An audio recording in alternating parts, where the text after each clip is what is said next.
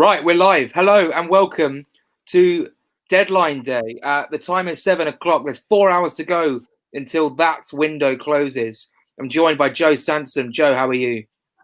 I'm very well. One of the most wonderful days of the year if you're into your transfer rumours. So I had a good day looking at all the rumours. Obviously, there's a lot that you can't really read too much into. There's a lot that you can. And I guess you just never really know how many players are actually going to get over the line until it actually is 11 p.m. We might as well just get straight into it because, wow, there's so much to talk about. Let me get some comments up on screen. Right. I don't want to Daibo anymore. Too much disrespect. Yeah, this guy doesn't really want to join. He doesn't look like he's joining. And someone's just commented down here that he looks like he's going off to Benfica. That's from the Football Roundup show, who were on the live yesterday. Thanks very much for the comment. Joe, let's start with what we know, and that's two centre-backs in. Anderson's had the medical, and, oh God, what is his name? Baumgartel. Yeah, we need to get used to Timo. this. Tino Baumgartel from PSV, a German centre-back. Apparently, they've both had medicals, and they are imminent. How do you feel about that? Very good, because it means there's at least two centre-backs coming in. There's a long way to go, so you never know. I mean, there's still links to Tosin Adarabio for maybe a third. But I think the most important thing to say was no matter what, we got two centre-backs in. And the fact that Anderson, even though there's rumours going about, I've seen a few people saying that, oh, it's just a loan, there's no option. Obviously, that's disappointing, but he's clearly a class above what we have. And Lyon paid a lot of money for him last summer. I don't see why they would put an option in. But he's clearly got a point to prove. He hasn't settled there as much as he thought he would. Similar for Baumgartel at PSV. I think he was at Salzburg, I think so, the year before, and he was much better there. right? And or maybe in Stuttgart, actually. Testing my knowledge a bit with some of these players, because to be absolutely honest with you, I knew about Anderson. I'd heard about Anderson, knew that he was a good centre-back, but I had never heard of Baumgartel. And I'm sure that's the same with quite a few fans, with no disrespect to him. But he obviously gets our full backing. He's one of our new centre-backs as long as it gets announced. I mean, there were rumours that he flew over last night. There were rumours that he flew over this morning. And like Alexander says here, it looks like two signings are confirmed, and hopefully we'll have a couple more as well. This is really exciting. And I remember last time we were in the Premier League, we signed 5 on deadline day. We signed Timmy Fosu-Mensah, Joe Bryan, Anguissa, Chambers, and who was the final? Vieto. Yeah, that came out of nowhere. So that's two centre-backs. One that's really caught fire in literally the last 10, 15 minutes is Reuben Loftus-Cheek. There's so many comments about him. I'm just trying to get them all up on screen now. Reuben Loftus-Cheek. Well, from Chelsea, he went on loan to Crystal Palace. My brother is a Crystal Palace fan, and he loved him. Reuben Loftus-Cheek scored against us at Stamford Bridge in 2018-19 season. This guy can play in the midfield. You know, he was and still can be an England international. He needs consistent game time. He's injury prone, and is Fulham the place to be? It's a really interesting signing. I know that we were linked with him last week. To be honest, when the first link came in, I was a little bit similar to George said here. I was a little sort of thinking that sort of screams like a deadline day panic signing, purely because he is available on loan and Chelsea have made that clear. And I do still stand by that. I do still think this isn't a player where Scott Parker has said at the start of the window, as he said yesterday, he did about Lookman, that I want this player really badly. He is someone that I want in my team. But one thing Reuben Loftus-Cheek does have is Premier League pedigree. He hasn't always had the chance to show it at Chelsea, and sometimes when he has had the opportunity, he hasn't really performed to the level expected under recent managers. But he performed really well at Crystal Palace a few years ago. He was really, really impressive in their midfield, very strong, box to box. Kevin McDonald to Luton. I mean, that must have happened the last few seconds. But yeah, silly season. But Loftus-Cheek, I mean, it would be nice, and I think it'll be a good addition. I'm not 100% sure if that's the position we should be using our last domestic loan on. But he'll have my full support if he comes, and I do think he'll add another dimension to our attack. A big, strong force in there to go alongside Anguissa, to go alongside Reed. He's not the attacking midfielder that we could do with, I don't think, and I still think that is an area, along with maybe a winger or a striker, we could improve. But it's definitely not a signing I'm unhappy with if it happens. I think he's a good player. And I just feel like maybe we've looked, I mean, there were rumours about Saliba. That would have been our last loan spot. Maybe we've looked elsewhere. Maybe we're just happy with the 2 centre-backs. In answer to that question, if it looks like we're getting Loftus-Cheek, then no, we're not getting Saliba, because that's impossible. You're only allowed 2 domestic loans. Right. The comments are flooding in. There's lots of talk about... What's this here? Hold on. Nabil Bentaleb on loan, having medical. I don't know whether you're just having us on. I haven't seen anything about that. I think he was at Newcastle last season. Plenty of talk about Todibo. We touched on it just a bit earlier, right at the start of the stream. He would have been a good signing, but he doesn't want to join the club. We're not going to talk about him for much longer. Joe, we don't want players who don't want to be at the club. He clearly didn't want the move. And here's one that we're also interested in right now. The Sun reported earlier, someone you know actually, Joe, a journalist you know, Manchester City defender Tosin Adarabioyo, who was at Blackburn Rovers, I think, last season, apparently having a medical at Fulham. That means it's 3 centre-backs. And yesterday on the live stream after the Wolves game, we did say that we really do want a 3 centre-backs in, but I thought I was being really greedy. Bam. Well, no. So is it going to be 3 centre-backs, Joe? Well, I wonder that, and I wonder, do we need 3 centre-backs? Is he being signed instead of someone? Is it? But as soon as I saw the article, I thought, well, okay, there's something legit to this, because I know the journalist Andy Dillon that wrote the article. He's a family friend of mine. I don't think he'll be watching this, but as soon as I saw the story, I thought, okay, there's something to this. And I know we were interested a few weeks ago. But what interests me about this is he's a very young centre-back, and it looks like it'll be a permanent move. And it's almost like it's one for the future, stay up or go down. I'm sure he'd be in our back line. There's a few mixed reports on him from West Brom and Blackburn fans. He was definitely more of a mainstay for Blackburn last season. West Brom the year before, maybe slightly higher expectations as they went through the playoffs. But a strong young centre-half who today said that he wants to captain a team in the next few years in an article that was posted by a City account. So he clearly wants to get away from Man City and prove himself in the Premier League. And whether he would get that opportunity with us if we do sign 2 centre-backs, or whether we do sign the 3 centre-backs, is yet to be seen. But it does sound like this one has legs. It does. Apologies if we both look a little bit distracted.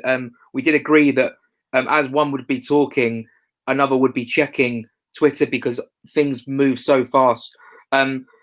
We're just hearing that Baumgartel, well, I've seen it from a couple of people here who put it in the chat. Just trying to find, it was Toby Newsom who said it. Baumgartel deal off. Now, I don't know. We're on a live stream. I'm trying to update Twitter. I've been doing it all day. But if that's the case, it looks like it's 2 centre-backs. 5 minutes ago, we said 3. Now it looks like 2. We don't have any confirmation. There's no real, we don't know.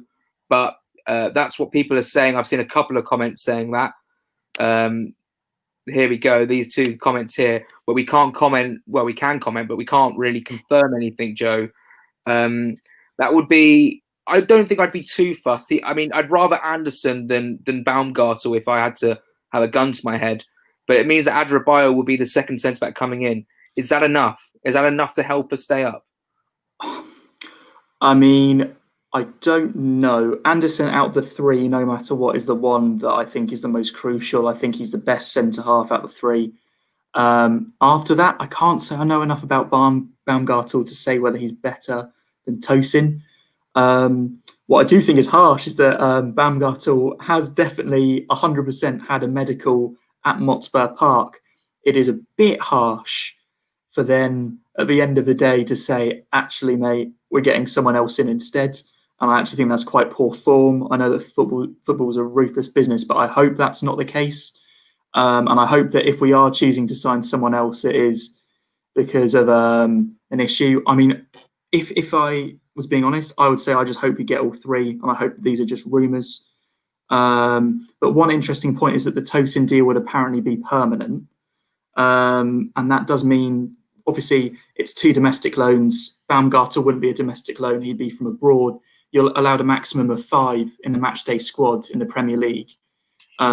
We've already got Areola, Aina, Lookman, Lamina, obviously as a domestic loan, but still counts. Loftus-Cheek possibly coming in. If we've got Baumgartel and Anderson as well, that's 7. And that means 2 of those players cannot be in the matchday squad if the other 5 are. Yes, I mean, that looks like the pairing, possibly the 2 A's, AA at the back. Fake tweet. Do we just discard everything? I don't know what's going on, honestly. It's really hard to keep up. It's got to be said that when these things are happening, we don't know for sure until the club confirm it. But when you see 3 centre-backs coming in, we just don't know if that is the case, or whether it will be 2. As for Luke's question, do we need another attacking option? Of course, I think we definitely do. And whether that comes today or during the domestic window, I think that we definitely need one. Lookman, as you said, looked brilliant yesterday, and I think that we've had another player with a bit of flair, either on the other wing or maybe an attacking midfielder. If Kearney's not looking as creative, I thought he was very good yesterday, but is he the creative force we need? I think links for an attacking midfielder have gone off a bit. I know there was the link to Jean-Paul Boetis, probably butchering the pronunciation, seeing that Leeds are Benrahma. I mean, Benrahma is the sort of player that I would like with a little bit of flair. We saw that from when he ended Hector's career the other night, hence the new centre-backs. What do you think, Jack? Benrahma? I don't know what's going on right now. So many names. Look, I don't know what is going on. All I know is that Anderson is close. Baumgartel was close. I don't know what about it now. Reuben Loftus-Cheek seems close. It's just let's answer some questions. Chili Sensations, one of the nicest crisps in all the land. Would you take Emi Buendia? Yes, I would take Emi Buendia. TNC, Talk Norwich City, shout out to them, have been raving about him.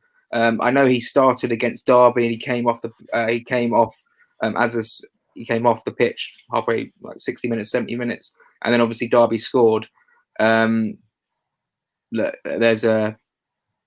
he's a great player, Argentinian. He absolutely tore up the Championship last season, and I think he could do a job in the Premier League. I just don't think that anything like that will happen in these coming hours. I don't know if he's going to stay or not. Emi Buendia. I mean, there's a lot of Ismaila Sarr still at Watford. Deulofeu apparently going to Udinese. There's a lot of flair players in the Championship that came down from the Premier League. Also, got to remember we've still got until the 16th any of those deals. So if we're still pushing to get these deals over the line, such as Anderson, such as Loftus-Cheek, I don't think we'll be devoting time to signing players from the Championship or below during these final hours. I reckon that will be over the next couple of weeks. Because to be honest, for example, let's say we're, as you Chili Sensations Crisps said about Emi Buendia, if we were to focus on that tonight, we could lose out on another player. Jean-Michel Seri, let's talk about this. I saw a comment up there. I forgot to click on it. Jean-Michel Seri is linked. No, sorry. My head is frazzled right now. Jean-Michel Seri is staying at the club. There was rumours he'd go to Galatasaray and to Marseille and to a load of European clubs. But he's staying. He wasn't in the squad yesterday, but he was against Brentford. He missed an absolute sitter, which I'm still fuming about. It could have changed the game. It looks like he's staying, Joe, which is fine for squad depth. We've got a ton of midfielders now. Yeah, he said it was a family move, which you can respect. And to be honest, I mean, he has quality. We definitely didn't see it the other night. I thought he had a very poor game. It was definitely one of our worst players against Brentford. The only problem for me with this is that I can't see how much of a role he's actually going to play this season. Maybe now that he's decided that he is staying, he's going to give a bit more. There were some games when in the Premier League last season, the Brighton 4-2 win sticks out to me, where he really looked like he wanted to fight for the club.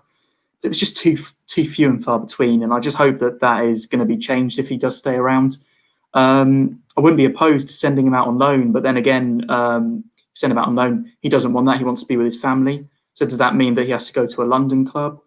He's not going to go to a London club outside the Premier League. Do West Ham want him? Do Palace want him? No idea. And I personally feel that we should have cashed in during this window. With no disrespect to him, he's saying it's a family decision, but on a purely footballing reasoning, I think that he should have been sold this window to free up some money. And I reckon that we could have definitely cashed in, especially with clubs that were linked to him, like Galatasaray. They're not exactly cheapskates. I'm sure they could pay up quite a sizable loan fee, if not a permanent deal. There's so many comments coming in. Let's not even forget that the club haven't announced anything yet. Nothing's been confirmed. Nothing has been announced. No signings have been made as of yet. Let's have a look. Neil says, any rumours of Joe Bryan leaving? I think no one's leaving at the moment. If anyone was to leave, someone said McDonald to Luton. I haven't seen anything about that. Ryan Sessegnon, yeah, he did go to Hoffenheim. That's a good move. We're not going to spend too much time talking about ex-players going to different clubs. I'm surprised that Fabry hasn't left. I'm not surprised because we need 3 goalkeepers, Rodak, Areola and Fabry, just in case. Yeah, if Bettinelli was still around, then I'd be the same. I'd be surprised, but considering that he's not, I can understand why he's still here. Would you sell, this is a new comment, nice piano, would you sell any of our current defenders? Yes. To be honest, I think for now, let's assume that 2 are coming in rather than 3. And in that case, I would either sell or loan out Tim Reim, who's obviously been a great servant to the club. But I think that despite having a good game yesterday, out of our current defenders, he is probably one of the poorest. The only reason I've said him ahead of Odoi is because of Odoi's versatility and the fact that if Reim plays, he's playing centre-back. He couldn't do a job on either flank, whereas it's useful to have Odoi, even though I think he lacks the quality. If we needed someone to fill in, he can play left-back, right-back, centre-back. I don't know if it's too late now for any of these players to go, because I sort of feel like we'd have known something, that something would have creeped out somewhere. I'm gonna interrupt you. 13 minutes ago, I'm sorry, Joe. There's plenty to talk about. Done deal. Reuben Loftus-Cheek to Fulham from Chelsea, coming from Nicolo Schirra, who is a pretty reliable journalist when it comes to transfers. Apparently, it's done. Apparently, maybe to go from Chelsea to Fulham is a 3-mile walk. I mean, I walked there when we played them away, but he won't be walking. He'll be in his nice taxi or whatever. So I reckon he's probably at Motspur right now having a medical. I'm not sure. I don't know. But he said it's done. Joe, this is a bit mad because I came on here expecting just to talk about a couple of signings, a couple of centre-backs, and suddenly it normally does happen, doesn't it? On deadline day, things just start to move forward quicker as the day draws later. I was planning to be on this stream for about an hour, but depending on what happens, we will stay on just in case things start to really develop. Joe, I mean, we started this window linked with Gerard Piqué. Obviously, that's not competition. How are you feeling going into this international break? 0 points from 4. Sheffield United coming up, who also have 0 points. Are you? Well, obviously, it's a big game. Are you nervous for it? How do you feel about it? I'm very nervous for these next 4 games because I know how massive they are. I know that not getting points here could really spell the start of some trouble, but equally, it's a great start to kickstart our season. And what's important is that we're taking points away from rivals that will be at the bottom with us, such as Sheffield United, who are the only team that have lost all their games other than us. As Carl Scott says here, stability, looking for a new squad. I think the thing with this is we tried to do the opposite of 18-19 by keeping the squad together and just adding a few here and there. It was very evident against Arsenal that the gulf in class was too much, and we can't do that, and our current defenders are not good enough, and if we don't invest, we will go down. And as much as that is nice sentimentality to the defenders that got us here, Sentimentality is not going to do much other than get us relegated, I'm afraid. So I think today is very important. I said yesterday after the game to anyone that watched our stream with Sammy that I think today is more important than yesterday in a way. For example, a great deadline day will be more important than 3 points yesterday. Because, for example, Anderson looks like a quality centre-back. You get Adarabio, you get Baumgartel, you get someone in as a partner to him. That's the base of our team. Areola in the goal at the moment. Then we've got Anguissa, we've got Reed. We've possibly got Loftus-Cheek coming in. And we're starting to get the makings of a really good squad that I think can compete. Loftus-Cheek looking ever more likely. TalkSport now picking up the story. I really like the player. I think that if he gets a consistent run in the team, consistent run without injuries, he can be an absolutely fantastic player. Let's have a look at this from Roger. Cav, Bobby Reed and Knockout were all signed thinking we were not going up, and now we're stuck with them. Look, do you think these three are good enough in the Premier League? I think that Cavallero has been dross so far this season. He's been a real joke. Knockout hasn't got a look in at all. And Bobby Reed, he scored a goal against Leeds. He played okay in that little pocket of space against Wolverhampton Wanderers, but I just don't see him like. This is why I said yesterday, get Kearney in that 10, and he can create much more with Bobby Reed coming on maybe as a substitute to have pace in behind. I don't know if you agree. Yeah, I definitely agree for the most part. I mean, Knockout really wound me up the other night, not for the first time against Brentford. It seems that he's telegraphed to cut in and shoot, and 9 out of 10 times, possibly more than that, close to 10, he skies it over the bar or just to the right or just to the left. And it's frustrating because it's not Premier League quality, and you can see why Brighton got rid of him. And it wasn't good enough in the Championship, and it's not good enough now. I mean, you saw that we've clearly got a Premier League quality winger in Lookman just by the fact that we don't know what he's going to do. In the 20 minutes he played against Wolves and the second half against Brentford, he looked unpredictable. And he's clearly offering us just a little bit above the level of these three. I think out of these three, Cav, Bobby and Knockout, the one that I think can offer us something in the Premier League is Bobby Reed, because I think there's versatility that he can play in, like the attacking, the 10 role. Kearney plays, he can play on either wing, and he can do a job as a striker. Makes him a very useful player, and I think he's been one of our most dangerous outlets from the wings so far. Cavallero, I know you like to call him foot champs Cavallero, rightfully. I won't get you started because I think we want the stream to end on the hour. But it's just ball rolls, and it's predictable, and it's unnecessary skill, and it's not the moments of quality that he was producing when he wasn't playing well in the Championship. He'd have a poor game, Hull away, pop it in the top corner, 3 points. Same at Huddersfield. Got us the draw against Charlton at home when he was pretty anonymous for the rest of the game. And like this comment says, Lookman was brilliant the other day. And I just hope that we have someone on the other side that is of a similar quality. Yeah. Paul Henriksen says, looking forward to the Loftus-Cheek pun. When it gets announced, you just never know. I would say cheeky, something cheeky, something Rue Lof. Oh, I don't know. I'm not Jeff Bruce. I'm not the guys who work down there. Let's talk about Ademola Lookman. I mean, this guy. No, that's the wrong comment. Ademola Lookman. Look, he came on against Brentford. Didn't change the game, but was our best player. Came on against Wolves and single-handedly basically made that chance for Abu Kamara, who set it up to Mitrovic, who then set it up to Kamara, and he fluffed his lines. This guy's the real deal. Does he start against Sheffield United for you?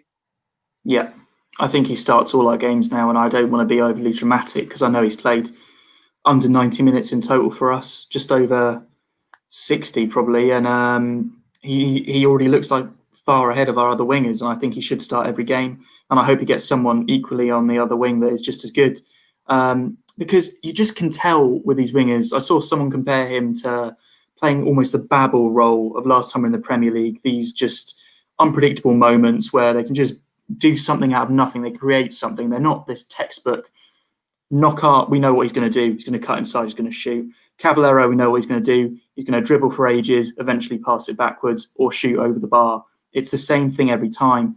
And this was fine in the Championship when we were creating so many chances. It was frustrating then, but in the Premier League, we saw yesterday we're not creating many chances because the defences are so much better. And I just hope that we get someone that can both create and finish these chances, because we saw Kamara, who did well when he came on yesterday. He should have buried that chance. You think, does that, if that falls to Lookman, is that 1-1? If it falls to Mitrovic, I think it is. And I just want the players across the front line where if a chance falls to them, you think no matter what, the keeper's going to have to work to keep this out. Yeah, I think that, that was just frustrating. Kamara didn't put that in. Lyle Thomas, blue tick journalist from Sky Sports. Fulham are giving the medical to Manchester City's centre-back Tosin Adarabioyo as they look to tie up 2 centre-backs. So the news about what's his name, Baumgartel, and the deal falling through might just come to fruition, because it looks like Anderson's pretty much done. And if they're saying 2 centre-backs, then and people are saying Baumgartel's falling through, that kind of completes the jigsaw. So it's 2 centre-backs, Joe. So is our next game going to be Anderson starting with Adarabioyo at the back?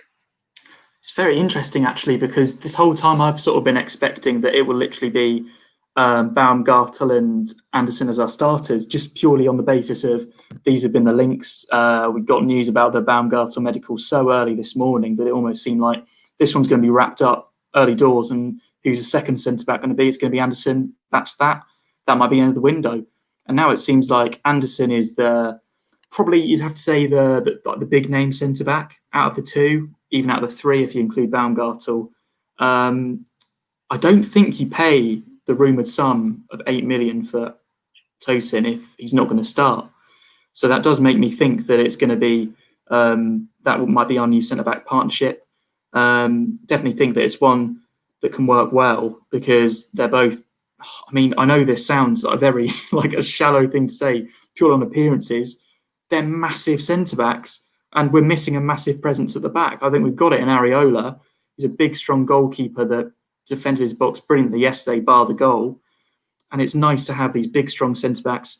Also, we shouldn't forget, someone put it out on Twitter, that Tete and Anderson played together at Lyon. And you presume that Anderson is going to be the centre-back that's going to be next to Tete when he's back fit. That's very kind from David. This should be a reminder to not believe, like I do, everything on Twitter. I read into every single rumour. 99 out of 100 never come off. But it's the beauty of silly season. It's all a bit of fun. It does seem today that most of the rumours are coming off. Now, this is a really interesting question or comment. With Reuben Loftus-Cheek coming in, who's the midfield 3? Anguissa, Loftus-Cheek and Kearney, but how does Reed fit in? Or does Loftus-Cheek move up in Anguissa and Reed? I mean, I've said I said this earlier to you, Joe, we've basically been talking all day that the midfield 3 should be Reed at the base, Anguissa and Kearney. I think those 2 really complemented each other yesterday, because obviously Kearney has that creative 10 and Anguissa box to box, and Reed in front of the back 4, as I said yesterday on the live stream with Sammy. But Reuben Loftus-Cheek comes in, and we've got Josh Onoma, and we've got Bobby Dekidova-Reid, we've got Jean-Michel Seri, got Johansson, who's still here, McDonald is still here. I don't think they'll get much of a look in. I think I've missed a couple. Lamina, which also brings us to another point I think we mentioned earlier. But how are we going to resolve this loan thing, where all these loan players can only have 5 in the squad at one time? It makes me think, is there maybe something more to Lamina's injury? Because I think Lamina is going to be the one that's probably going to suffer the most with this, because I think that in answer to this question, that 3 that's on the screen with Anguissa, Kearney and Reed, I think that will be our main midfield 3 this season. And I think that Loftus-Cheek will probably start as a bench player. So if Loftus-Cheek is on the bench, that implies that Lamina isn't, let alone in the starting 11. And now you're starting to question what was the thought process in that signing, because there's clearly a player there. But if we're bringing in another player that is a similar midfielder, in a bit of a powerful midfielder, not necessarily the creative force, not necessarily the main defensive midfielder, more of a box-to-box player, then what's the use for both of them? And that's why this deal doesn't make huge sense to me. I mean, you'd expect that Loftus-Cheek, player for player, is probably an upgrade on Lemina, with no disrespect to him. But I do think that the midfield three will be that on screen: Anguissa and Kearney and Reed when all are fit. And then you wonder who maybe Lemina, but Loftus-Cheek's going to replace in that, because I don't think it can be Reed, and I don't think it can be Anguissa. So is Kearney's spot at risk? Yeah, it's honestly all up for grabs, and it makes for good competition. It makes for competitiveness within the squad, which is what you want. The only problem with Lemina is what you say. If he doesn't get a look in, I mean, that's a guy we brought in on loan with an option to buy from Southampton. Really promising, came in at the same time as Harrison Reed. And I just have a feeling that midfield could be too congested. And, and we play a midfield three, usually a 4-2-3-1 or a 4-3-3. It just feels as though no one's going to really get a chance throughout the Cup. We've only got the FA Cup to come. Also, shouldn't forget, we've still got Seri staying, Johansson and McDonald still on the books. Yeah. Justin, great friend. Do you think Loftus-Cheek means Zambo's leaving? There's been no rumours of Zambo going. And if Zambo goes, I'm ending the live stream right now and I'm never coming back. This guy has to. Yeah, look, if Zambo leaves, I'm jumping in the Thames and I will join you, Fulham 4-2-3-1.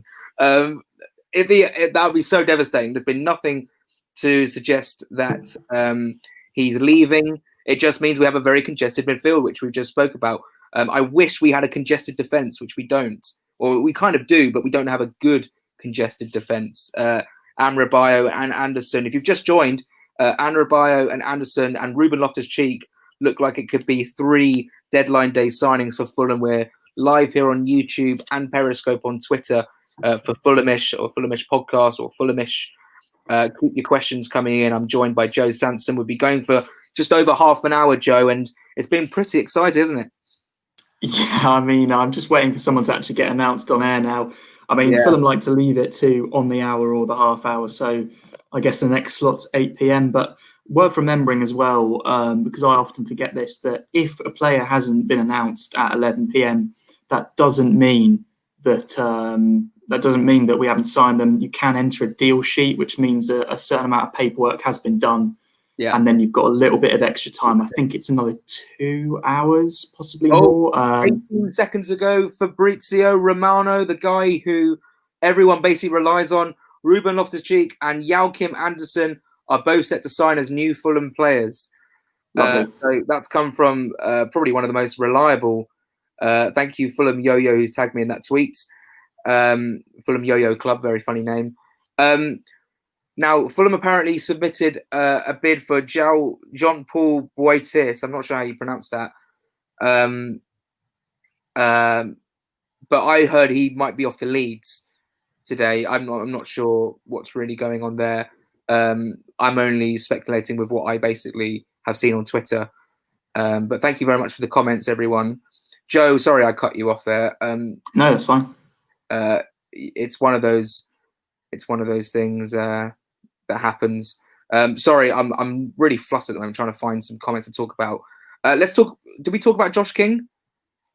We haven't talked about Josh King. No. So I guess he's one of the ones, along with Cantwell.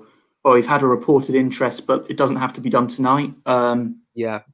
I mean, preferably, honestly, any deal should be done as soon as possible, because Sheffield United games, it's 2 weeks away, but a lot of players are going to be on international duty. You sort of want the squad all together as soon as possible. I think out of all the Championship players we've been linked to, Josh King is definitely the one that we should be getting. I mean, Bournemouth have apparently lowered their asking price for him. It was 20 million a few weeks ago. I think now it's down to almost half of that. Torino had a move fall through for him. And this is one that would really excite me, because it means that we could play 2 up front and he can play on either side of Mitrovic on the wing as well. We could see a front 3 of Lookman, Mitrovic and King, and that really excites me. I think that's 3 Premier League quality players, which we just couldn't say for that first game. I mean, we had Kamara, Cabano and Cavallero, and as much as I like all these players, they're not quite at the level that we need to be attacking these teams, especially with the little chances we have. The Boitis thing, someone sent me an article but it was posted 2 months ago, so I'm not really reading too much into that. Yeah, look at this. I'm sure that's me. He means Josh King alongside Reuben Loftus-Cheek and Zambo. I mean, Josh King playing out wide with Lookman on the other side could be really, really nice. Yeah, he's got the pace that we need up front. I think that Kamara's got great pace. I think Caballero has good pace on the break, but their end product is just not good enough, especially in this league. You saw that yesterday with Kamara and Ivan Caballero. Joe, let's dive a little bit deeper into this loan situation. If we sign more of these players on loan, the rule is you can only have 5 loan players in the matchday squad. So a lot of players who have just signed are going to miss out, and that means no football for them. Yeah, it's very strange, especially as you said, we're out of the cup. So until January, assuming the third round is in January as normal, then there's not going to be any opportunities for them outside of Premier League football, which is going to be tough. When you think of the fact that this Baumgartel deal now looks unlikely based on the Tosin coming permanently, I guess that means that Anderson and Loftus-Cheek coming would make it 6 loans, I believe, which means that only one would have to miss out. I think that happened last season or a couple of seasons ago. I think so. If we're thinking about, we had Rico, we had Schürrle, Vietto, Fossey-Mensah, Nordveit came in, Chambers. So yeah, 6. Markovic. Yeah. Let's leave that one there. Well, we never know. We might get another one, surprise one like that. But let's say that was not the deal sheet I was hoping for. We were hoping for Yusuf Sabali, or the meat wall, as he was called, if anyone remembers that. Onuma, this is interesting because Onuma is one of the people that I really don't see how he fits into the squad now. Because I think it's clear to see that in the first 2 games, he was not the attacking midfielder that we need for the Premier League. As strong and as useful he is in the midfield, I think that the box-to-box role would be his best role in our team, which makes me think if he's not getting ahead of Anguissa, then he's second choice. But then is he behind Lamina and now possibly behind Loftus-Cheek? You don't want a quality midfielder sitting on the bench unhappy, especially when they've brought in not 1 but 2 loans to sort of play instead of him. You sort of think, well, what's Johansson going to do now as well? Plays a similar role. We must remember that if we were going to send these to championship clubs, that doesn't have to be today. The domestic window continues until the 16th, and that is basically any signing is allowed between Premier League, Championship, League One and League Two clubs other than in the same league. So, for example, we could get Loftus-Cheek today, but not tomorrow. But we could get Josh King today or tomorrow. Yeah, up until the 16th. That's when the domestic market closes. So I'm just trying to catch up on all these comments. Love me some Kearney, but he lacks pace, and that's problematic in the Prem. Kearney came out today and said, "Look, we're gonna stick together. We're not gonna get. We're getting written off, but we're gonna bounce back." And you know, he says all the right things as the captain. But I think he had a very good game yesterday against Wolverhampton Wanderers. He didn't boss the midfield. He didn't dominate the midfield, but he played some nice, tidy passes. Didn't really put a foot wrong. And I keep saying it. I want him to play a little bit further up and support Mitrovic, because at the moment it's Mitrovic who's getting completely isolated. Joe. Yeah. I mean, if you look at the main chances yesterday, it was. I mean, what a signing that would be. I think Lewis has been banging this drum for a few years. Can't see it happening. But yeah, Mitrovic. A lot of the chances that he got against Wolves are sort of back to goal half chances. And it sort of feels like at times he is trying so hard to help with the creation of goals, with knockdowns and stuff, that we forget that he's most likely going to be the only player we've got in the box. And a lot of the times when we cross it in, it just doesn't reach him. The one time yesterday that we nearly scored with the Kamara chance, it was actually Mitrovic, probably the wrong side of Kamara, because if it was Kamara feeding Mitrovic, I think we drew 1-1 yesterday and are on 1 point. I think he'd have definitely finished that chance. And it just makes me think, yes, we do need another attacking player.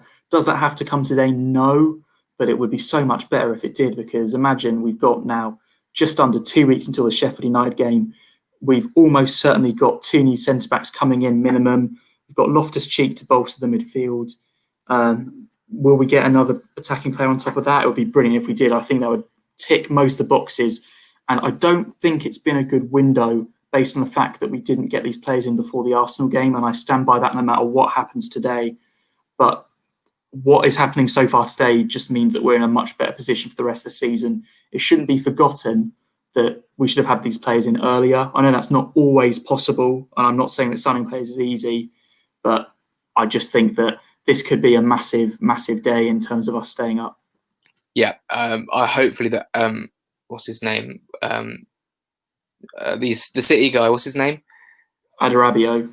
I hope he's good enough, because he hasn't played at Premier League level before. I mean, he's maybe had maybe the odd game with Man City. I'm not too sure, but apparently he didn't have the best time at Blackburn.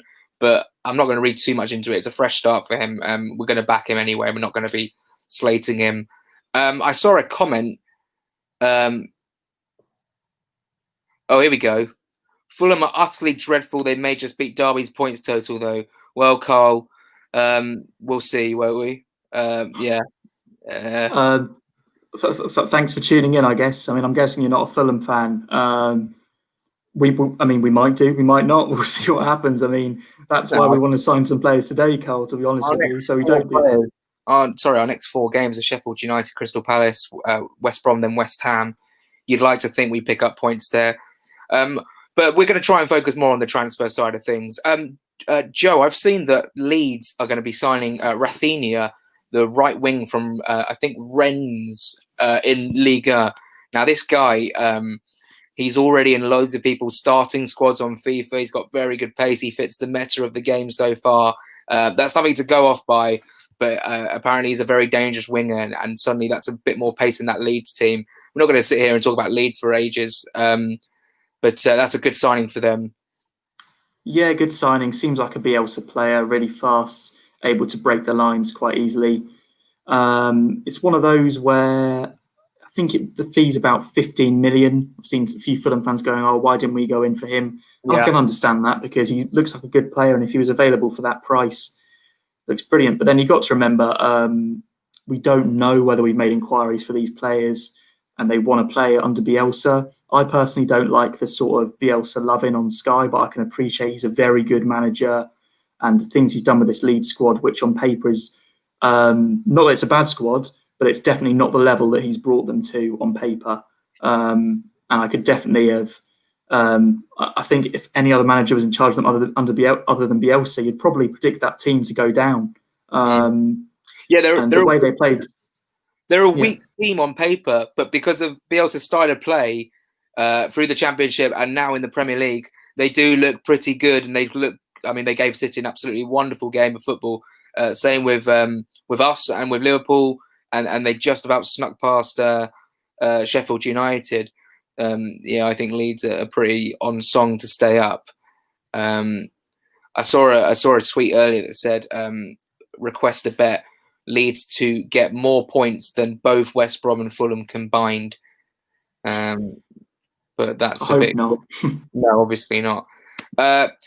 Dave, whoever we sign, we need passion and dedication from the first to last minute. Keep up the good work. Thank you very much, Dave. I agree. That Sheffield United game is not going to be easy. We know how they play. They play with that 5 at the back, the wing back.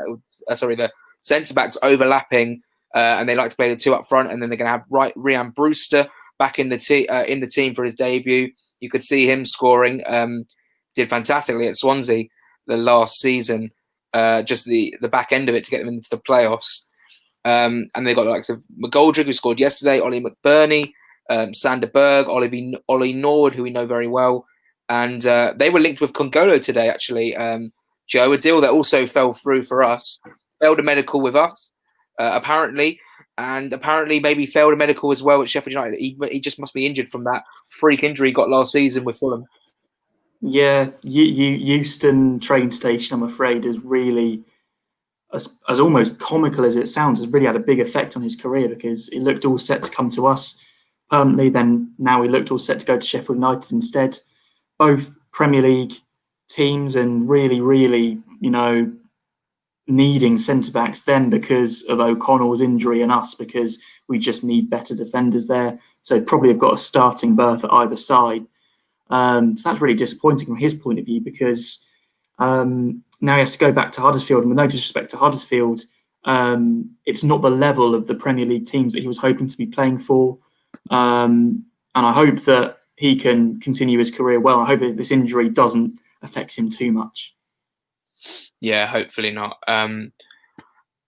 Kieran O'Leary said Jack Wilshere to have this West Ham contract terminated. Look, if it didn't work out when he was at West Ham, I don't think we'd take him. I think that obviously our midfield is so congested, as we said. We'd be going for 45 minutes.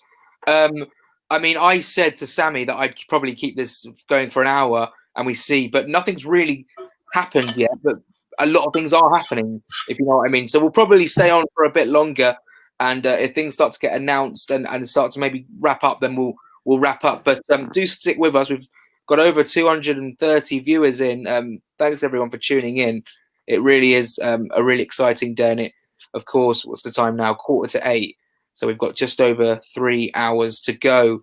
Joe, let's talk about previous deadline days. Do you remember that one where Cyrus Christie came in, followed by big man Alexander Mitrovic? I don't think I've ever been more excited in my whole life. It was unbelievable.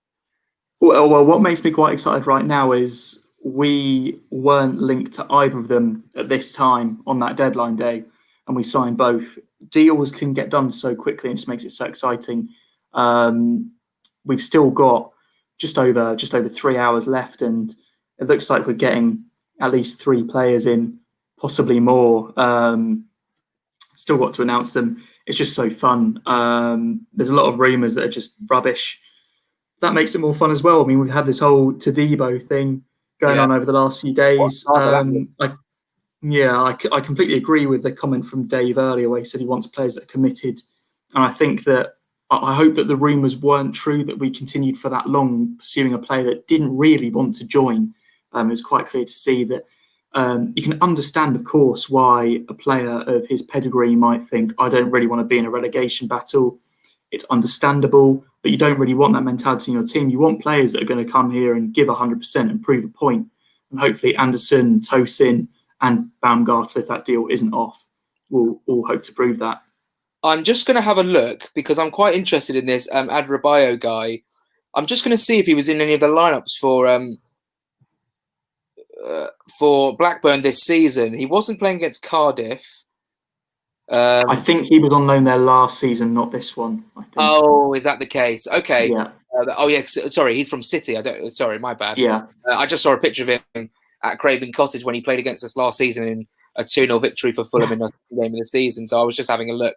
But sorry, I saw a comment from Luke, said do another live stream later. I think the plan is to probably do a video tomorrow, just rounding up all the deals and our thoughts and feelings going into the international break, Joe.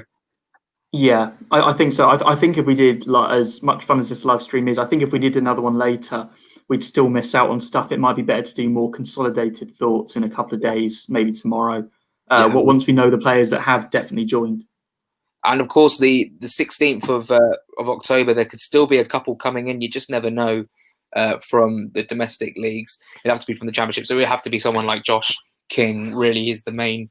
I'm surprised no one's really gone in for Dan Juma from Bournemouth. He's had a cracking start to the season. Joe, this is the kind of day where you scroll down Twitter and you see someone has scrolled all the way down to 2013 and retweeted a signing that we signed from back there. I saw Jordan Graham earlier. It's very, very boring, but quite fun. No thanks. Fulham to possibly try and hijack the Mario Balotelli transfer to Watford. I have not seen anything to do with that. To be honest, I didn't even know he was linked to Watford. No. Can't really see that happening, but we could do with another striker. I don't think Balotelli is a realistic choice, and I don't see him wanting to be second fiddle to Mitrovic. I'd prefer someone a bit faster, someone a bit younger, a bit cheaper as well, I'd say, that can maybe offer something a bit different to Mitrovic, maybe play off the shoulder, similar to how Bobby Reed would if he was up front. What we know is that Anderson is having a medical and maybe just finished his medical. Adebayo is having a medical. Reuben Loftus-Cheek is also having a medical. I still have a very, very sneaky suspicion that someone will be linked very, very later on. Probably won't happen, but they'll. It normally does happen. You know what Tony Khan is like. He's very last minute. Genuine point. This is Reece Benjamin. By the way, shout out to Reece Benjamin. He's got a great videos on his YouTube channel of Gentleman Gym compilations. They're very funny. Go check them out. Great viewing. Since Tony Khan came in, I can't remember us being linked with, other than Mawson, a genuinely Premier League experienced centre-back. Contributes to why we start slowly. I don't know how to say that word, I'm not going to lie. Acclimatisation. Acclimatisation, there we go. Thank you very much. I bet it's a very, very good point from Reece. And look at where Mawson's at now. He's at Bristol City, and they're top of the league, basically. Yeah, I guess using the... I'd like to see that fight. I think throw Kamara in there as well, and that's a real Royal Rumble.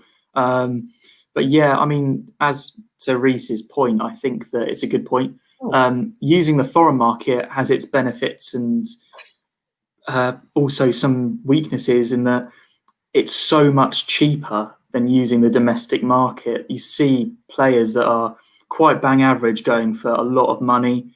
To pull two together, and I'm not saying that one's better than the other, but the fact that we've got Tete for about 3 million, who's played Champions League football, and Matty Cash, who's also a very, very good player, not saying he's not, for what, 5 times that?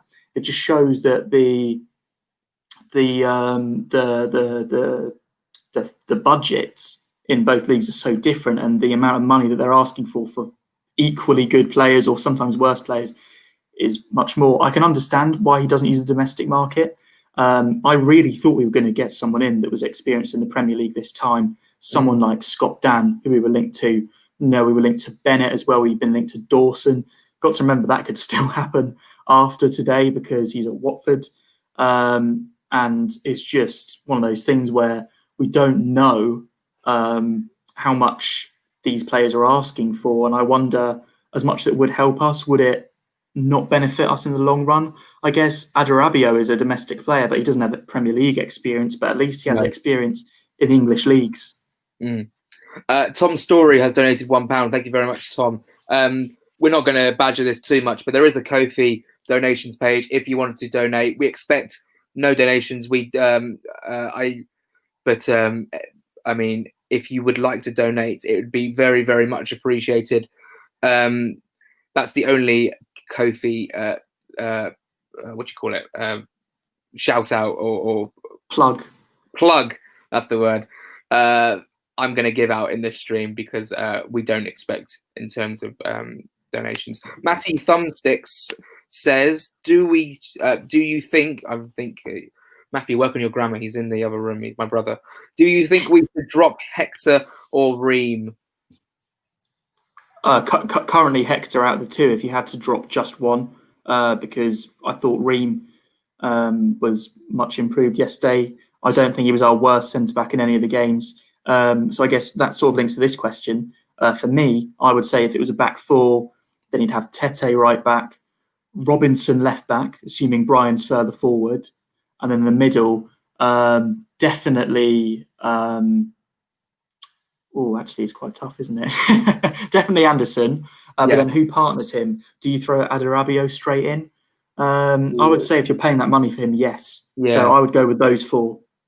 Yeah, Tete was, obviously Tete still injured, so Aina probably on the right-hand side. Someone has asked what the link is to donate. It's just on the bottom of the screen. To support us on Ko-fi, go to kofi.com/Fulhamish. Nathaniel Klein on a free transfer. Do you take the risk? I think he's training with Palace. I don't know. Yeah, I think he's. Hodgson was saying that he was expecting to sign him. I think. Oh, someone's just sent me a tweet from a Blackburn Rovers fan saying Adarabioyo was on loan at Blackburn last season and he was fantastic, great with his feet and quite quick too. We need a pacey centre back, Joe. That's imperative. Yeah, definitely. Especially the way we play. We're not playing a low block. We're playing our centre backs a lot of the time almost near the halfway line.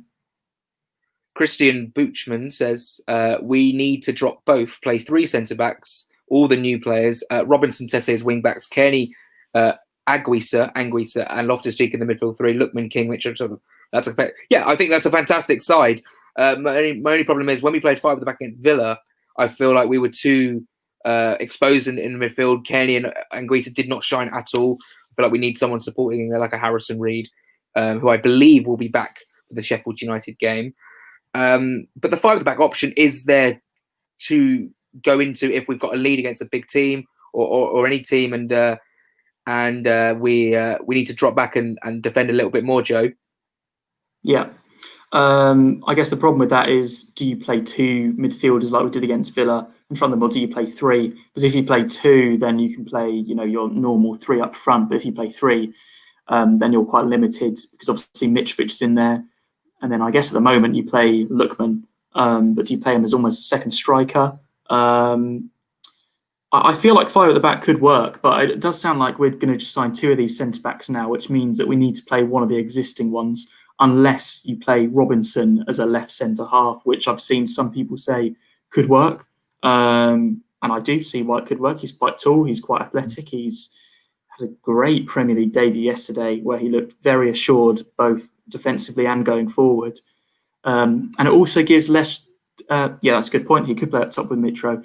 I feel like Brian, when he has less defensive responsibilities, he can perform better because he's very useful going forward. The crosses are normally a good quality. He provides a lot of goals to Mitrovic, and I feel like if he's playing as a wing back, that could almost just improve his game. Yes, there's a comment here from Luke. But before that, thank you very much to Eddie Middlebrook for the $2 or $1.99 donation on Ko-fi. Again, we're not going to plug this, even though I've done it again. But thank you very much. It's always appreciated. Luke Kelly, he actually is my brother. I've just seen his comment. It's a good point, though. I saw lots of people praising Ola Aina after the Wolves match, but I thought he was wasteful and looked too panicky on the ball when under pressure. Thoughts? First of all, Luke, put some more thoughts into your comments and have them grammatically correct before you post them. Thank you very much. My parents obviously brought us up well, and I really want to see, as a university student, I want to see you improve, especially if you're going into like some business and sports business. But let's get back to it. Ole Einar was terrible against Brentford, I have to admit. Better against Wolves, but his end product for me was just not good enough, and I was really quite upset with his performance yesterday. Oh, I thought he was good off the ball against Wolves and better on it. But I understand what Luke says when he said he was a bit panicky. I don't think he seems like our sort of ball-playing defender. I don't think that's necessarily a bad thing as long as they can defend. I honestly don't mind. I think Tete will be our starting right back, so I don't think Aina's a bad backup at all. Is he an upgrade on Christie? We don't know yet. We don't know. I feel that Christie is probably a championship level player, but we don't yet know whether Aina is a massive upgrade on that or not. But I do agree that he did look a bit wasteful on the ball, but I'm just relieved that he was quite good on it. Do you think it's time to play 2 up top instead of leaving Mitrovic alone to feed off scraps? Well, the game plan at the moment looks to be just getting so many balls into the box. But so far, Mitrovic has had hardly anything. He had something at Leeds. He scored the penalty at Leeds and the header. But I'm not sure about the 2 up front. I mean, Lookman could play there, but we'd have to change the whole system, Joe. Yeah, I feel like if we brought in like someone like Josh King, maybe, but I'm not sure if Kamara and Mitrovic would work as a Premier League side. I'm not convinced on the formation, like what we would do that would be best. Would that be 5 at the back, 3 midfielders and 2 up front? It's very solid, but is it fast enough in transition? I'm just not sure. I feel like the 2 wingers and Mitrovic in the middle is our best bet at the moment, as long as we get someone in that's of the same quality as Lookman, because I really think that with Lookman, Mitrovic and a winger of a similar quality on the side, with the crosses that are already coming from our wing backs, I think that we can get a lot of chances from crosses. We turn into Cross FC against Villa, and I don't want that to become the case the whole time.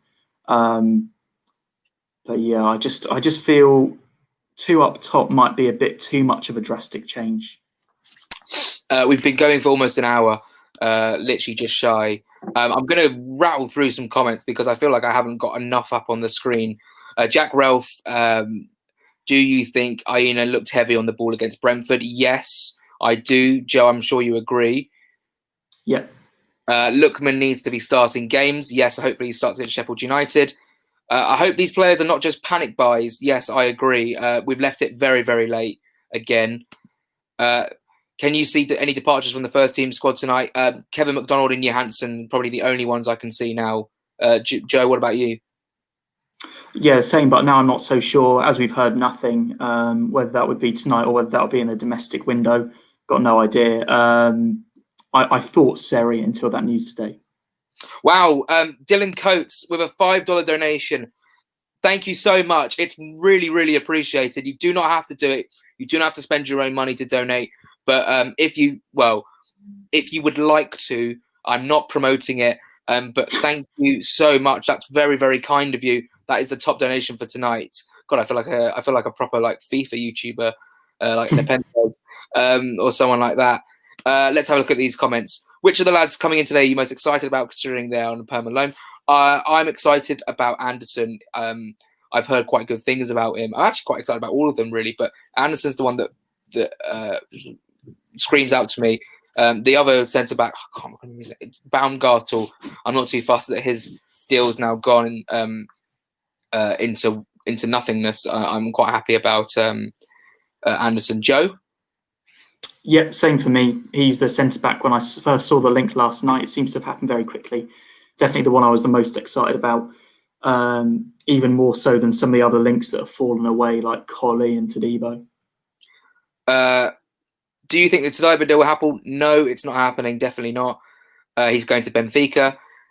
Carragher doesn't know what he's talking about. Look, I'll tell you what, that was mad what he said last week again, and then the fact that he said that Fulham's defence was laughable, and then he said Liverpool's defence was laughable, and they conceded 7. They've conceded 11 goals, same as us, same as Man United. Joe, we should probably talk about that a little bit more, a little bit later when we get the time. Yeah, that was unbelievable yesterday. Yeah. Is it just me who gets terrified at the thought of these deals falling through with us doing our business this late? Yeah, I mean, it's happened before, hasn't it? There's been plenty of things that have not gone through. And yeah, it's always a worry as well, especially with the Hector deal. Botus could be back on. I haven't seen anything. I hope so. Dylan, thanks very much again. Really, really nice of you, mate. 11 p.m. is the deadline, everyone. Remember. Yeah, what time does the window close? 11. These lads are doing these great work. Thank you so much, Eddie. And your donation earlier was fantastic. Thank you so much. Here's a question from Ryan Guy. Do you think Loftus-Cheek plays out on the wing for Fulham? I think he can play out on the wing, Joe.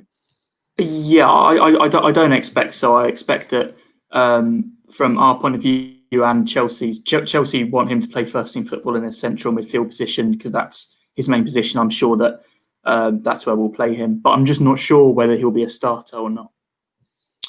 I have Fulham tweets turned on. I'm sure you do as well, Joe. There's been nothing. Yeah. The last tweet was 7 hours ago, which always means that something's going to happen. I think we do know that something's going to happen. Botus is not back on. Someone retweeted something. Yeah. Someone said that to me as well. It always does happen. He said that Fulham are terrible and going down. I don't know what that's in reference to. Sorry. Have we been rumoured any attacking players? Not really. Josh King is the last attacking player I remember seeing us being linked with. It makes me think, if there's often a surprise signing in this window, it might be one of the ones that we're already linked with because they've all sort of come out of the woodwork in the last day. But if we are going to get another surprise one, I reckon it will be an attacking player. But there haven't been any strong links. No. Are we going down this season? I don't think so, but really? I would never, ever predict us to go down, and that is pure bias, and I'm sure that most people here will be the same, sort of in denial a bit. We are definitely the favourites to go down. If we stay up, I think it will be 17th. And I've got to say, as much as I'm saying I don't think we'll go down, we are far more likely to go down than stay up, 100%. It's just on how well our new signings. Well, firstly, it's how well we buy these new signings. Do we get the attacking player we need? Do we get the centre backs we need? It looks like we're getting the centre backs. Will they gel well enough? One thing that must be said is if we do go down, I think a lot of blame has to go to not necessarily the business we've done, but the timing of it. And I know it's a difficult window, but we needed these players in before Arsenal. Not all of them, but at least the defenders. Yes, I agree. I'm never going to back us to go down, even if we're really, really out of it. I remember West Ham losing their opening 4 games a couple of years ago. I remember Crystal Palace losing their opening 4 games and then sacking De Boer before they brought in Hodgson, I think. Here's a question from Tom. What happened to Gongolo? My understanding was that it was very close and he was in London, but he was unfit and didn't pass a medical. That's what I understand. Yeah. Oh, that's Joe. I just saw what you just sent in there. That's interesting. He failed his medical apparently. Here we go. From Thomas, which winger do you favour on the opposition flank to Lookman with 3 up top?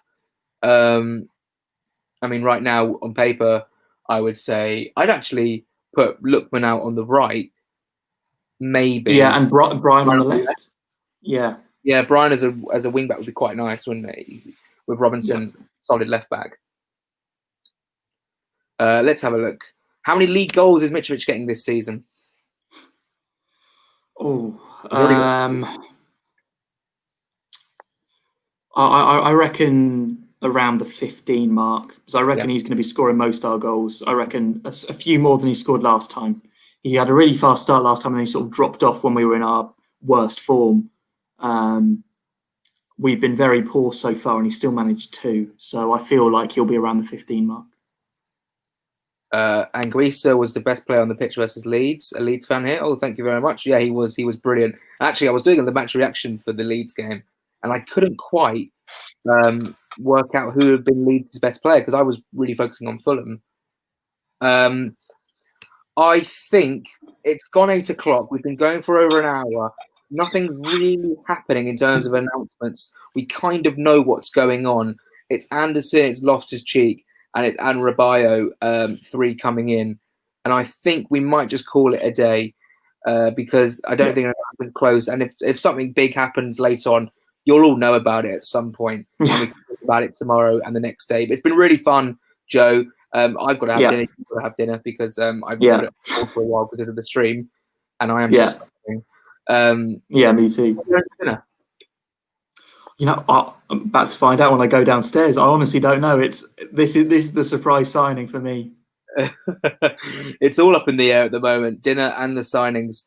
Thank you everyone for joining. Joe, any final thoughts on the transfers? No, I just guess one thing I would say is I've seen a few negative comments about a few of the players we linked with, and it's understandable. There's always going to be people disappointed by signings unless it's like Messi or someone.